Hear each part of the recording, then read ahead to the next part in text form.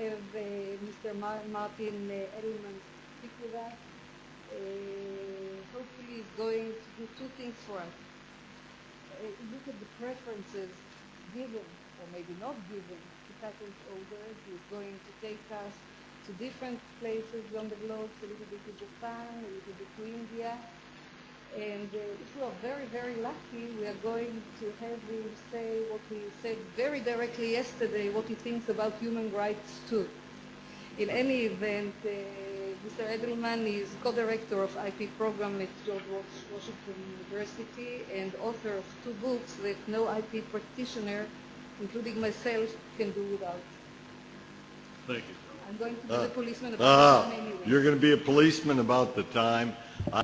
I want to thank the organizers, good friends of mine, for inviting us and getting us together to talk about TRIPS. I also want to thank my very dear friend Becky Eisenberg for stirring my juices so early in the morning when she made so many mistakes and so quickly, because she starts out between the United States and Canada. Now you remember, Canada is a third world country. Keep that in mind. It's a third world country. It often had a third world patent system because the Canadians felt and feel deeply that they shouldn't have to pay for drug development. Because let the Americans pay. You know, like Americans are supposed to take care of their defense, Americans also are supposed to pay for their drugs because they don't want to. So Canada, as a third world country, was forced by NAFTA to put in a patent system for drugs. NAFTA forced them to do that, but they still continue their same old games with price controls. Now the pharmaceutical companies have a choice. Either don't sell your drugs in Canada, and to hell with the Canadians, let them come down to the United States, or accede to their price control regimes. I'm not going to tell the drug companies what to do, but obviously now that Americans realize that Canadians are getting a break and Americans have to pay for the development around the world, there are political problems, as Professor Eisenberg suggested. I got the feeling there was some villain involved. The villain is people who don't want to pay. It's very simple. It's not very complicated. Let me develop that in the context of TRIPS. Because we're talking about TRIPS, and its most important provisions, although we'll hear about data exclusivity later, are with respect to patents. That's where the fight is about. That's where the big economic impact is, and that's where the money is. So those provisions are very important. Now, they came in 1994, so we should actually take a look and see what has really happened since 1994 with respect to patents. Well, one country you might look at and say, okay, what's happened in the United States?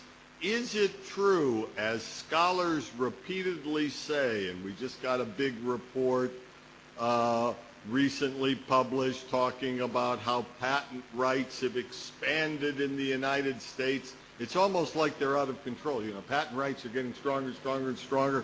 Pretty soon the whole world will be a patent. And scholars write and talk about that. It's extraordinary. There's a new book that's coming out. I even put it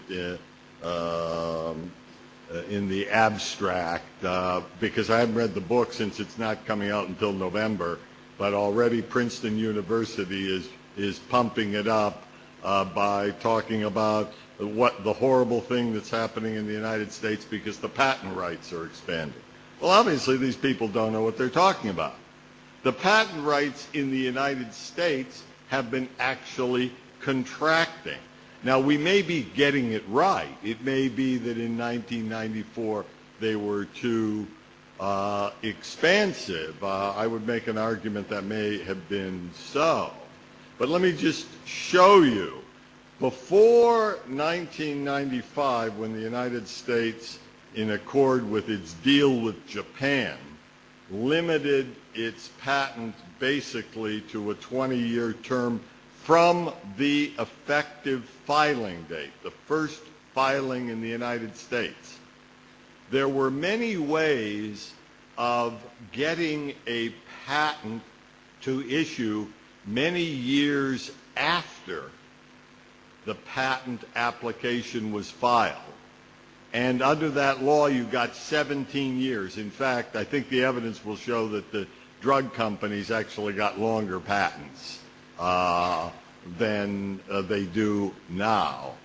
But sometimes the extension was 25, 30 years.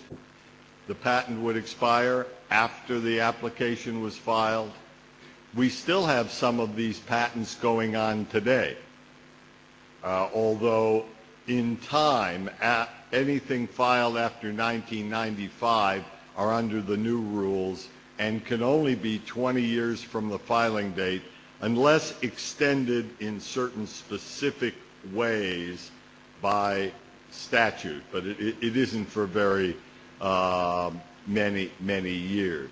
So right away, right after TRIPS, not because of TRIPS, but because the Japanese said, look, if we're going to make a deal with you, United States, you have to stop this business of granting real long patents. The United States did so. Major contraction in patent rights. The next thing that happened is that the United States Supreme Court said, you know, what's the most important thing in a patent? It's the claims. Now, if the claims are going to be interpreted by a jury, they won't have any meaning, and the jury will do what it wants. And maybe you could argue that was required by the United States Constitution, which says, you know, that a trial by jury at common law shall be preserved. Well, maybe that's part of the trial by jury at common law. Supreme Court, in maybe the most important commercial law decision of the 1990s, said no. This decision is made by judges. Well, then the next thing comes up. Well, what about the doctrine of equivalence? Now, that's a very interesting doctrine. You want to find a real pro-patent country? It's Israel. You won't find a more pro-patent decision anywhere in the world than the decision of the Supreme Court of Israel in the Hughes Electronics case of 1987. Not only that, you won't find a infringement provision that's as broad as the one in Israeli law. Go read what it says about infringing patents if you want to know about real pro-patent law. And that's still in the Israeli law. That decision was really based on the doctrine of equivalence. However, the Federal Circuit, which is the court that handles essentially all patent matters in the United States, and the United States Supreme Court have dramatically reduced the doctrine of equivalence in U.S. law, so that judges are determining claims, not juries, and the doctrine of equivalence, which says even if you don't have literal infringement, you can somehow infringe under this doctrine of equivalence, has been greatly cabined in. Now, we could spend a half hour or an hour and we don't have that time going over the details of just how this was done. But in fact, there's probably little left of the doctrine of equivalence in the United States, a dramatic contraction of patent rights. Then the Federal Circuit has created in the biotech area a whole new doctrine of description to invalidate patents. I think if I had a half hour, I could show you that it's totally irrational and makes no sense. But my point is that it's limiting patent rights, not expanding patent rights.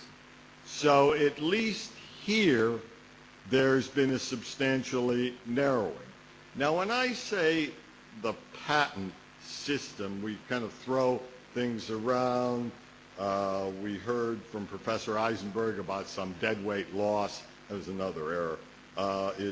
It's because you look at it the wrong way. Let's take a look at the patent system now that we know that at least in the United States it's not expanding like mad since the TRIPS agreement. What is it? It's basically the most moral system you could devise. It says each generation will pay for new technology. New technology doesn't come free. We all agree on that. Somebody has to pay.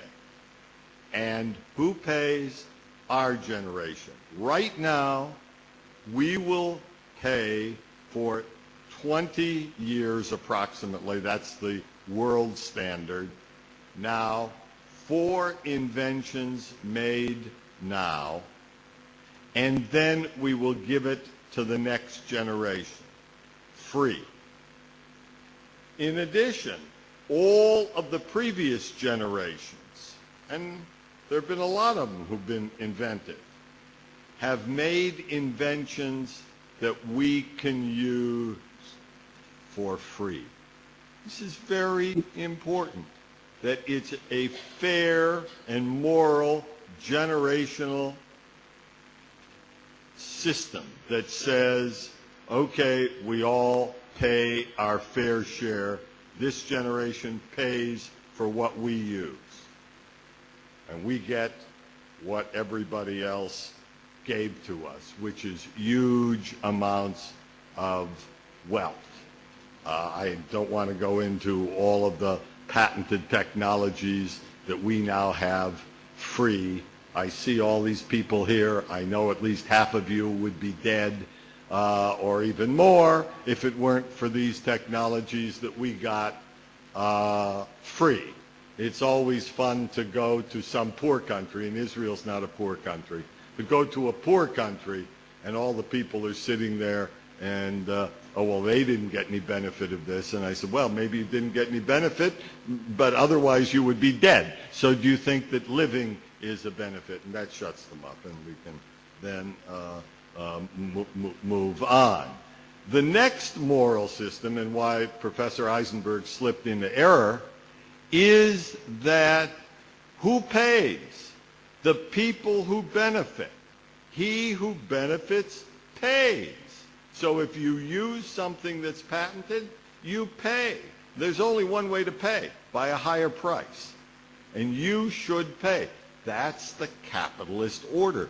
That's the moral system. If you want something, you pay for it. You don't steal it, which is immoral. Most of the proposals in Doha and elsewhere are proposals for stealing. And I could go into who is actually benefiting, the Indian generics, etc., who manipulate people. But fundamentally, that's how it works. And that's a moral system. Now, the system is a powerful one. Take Japan.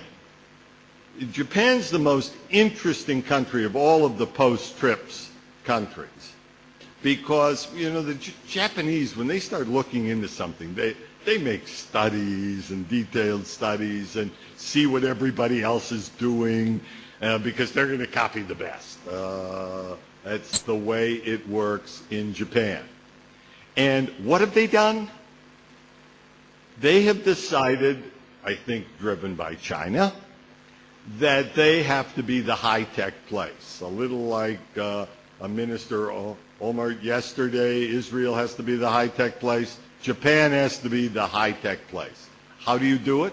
By having the best patent system in the world, which means a strong patent system. I won't go into all the details. We could have lots of fun seeing what they are doing and still doing to create from a weak patent system that I could argue didn't do much.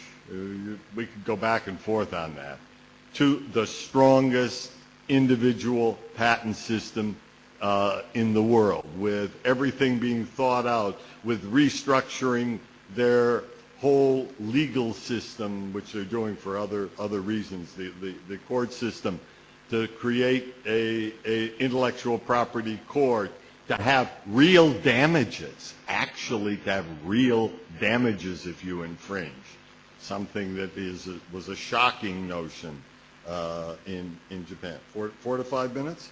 Oh, we got plenty of time.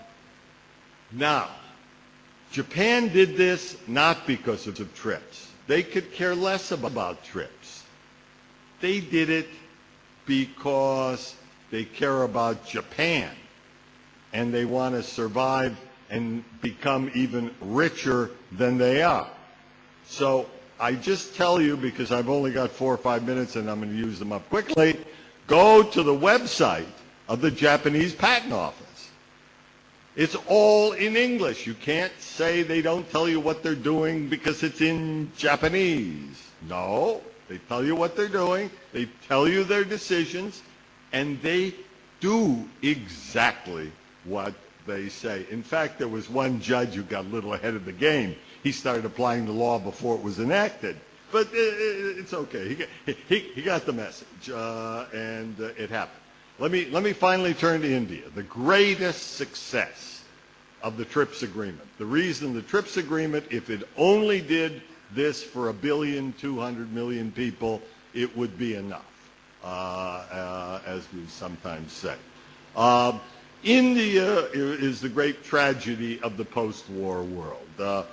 Got into the Soviet bloc, controlled or at least heavily influenced by Soviet thinking, and import substitution ideas, disastrous, essentially a disastrous post-independence policy under the Congress Party, leading to the destruction of its patent system. And I could read to you how they destroyed it. You can destroy a patent system, you know, without changing the law much. Just create a bunch of licenses of right and just reduce the length of the patent to about 5 years. Well, and then don't issue the patents for 5 years. So guess what? They don't have a patent system. They don't have patent lawyers. I mean, 1.3 billion, 1.2 billion, high tech. I can take you to the Indian Institutes of Technology. They're equal to the Technion or beyond.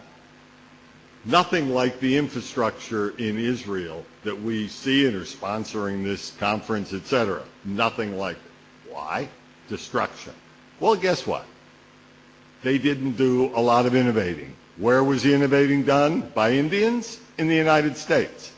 Why? Well, I'll leave you to speculate. But that's a fact. That's all changing. That is politically driven by TRIPS. The politicians are able to blame the United States, the European Union, and those people out there while they are developing an internal political constituency for a real patent system. And now you can go to the website of even the Indian Patent Office. And it woke up, and it's got a website, and it's going to be doing things. And guess what? Well, we all read about, well, India may be a rival to China. You can say that, maybe Reagan didn't win the Cold War, well, maybe TRIPS didn't win this war, but it is certainly happening after TRIPS. And it is the single most important battleground by far. And while the battle is not completely won, because there are generics, there are industries that benefit by having bad law. Just like there were industries that benefited by what was called the license Raj. If you know anything about the Indian economy, you couldn't do anything without licenses from New Delhi. New Delhi controlled everything. Consequently, very little was done, and the money was made by who could pay off the right people. But that is changing rapidly, and whether it's the TRIPS, this whole idea that patents are important, I can't really say, but it's really the battleground, and I think that battle is won, and the victory of the patent system and TRIPS comes just as the time is over. So I'm done.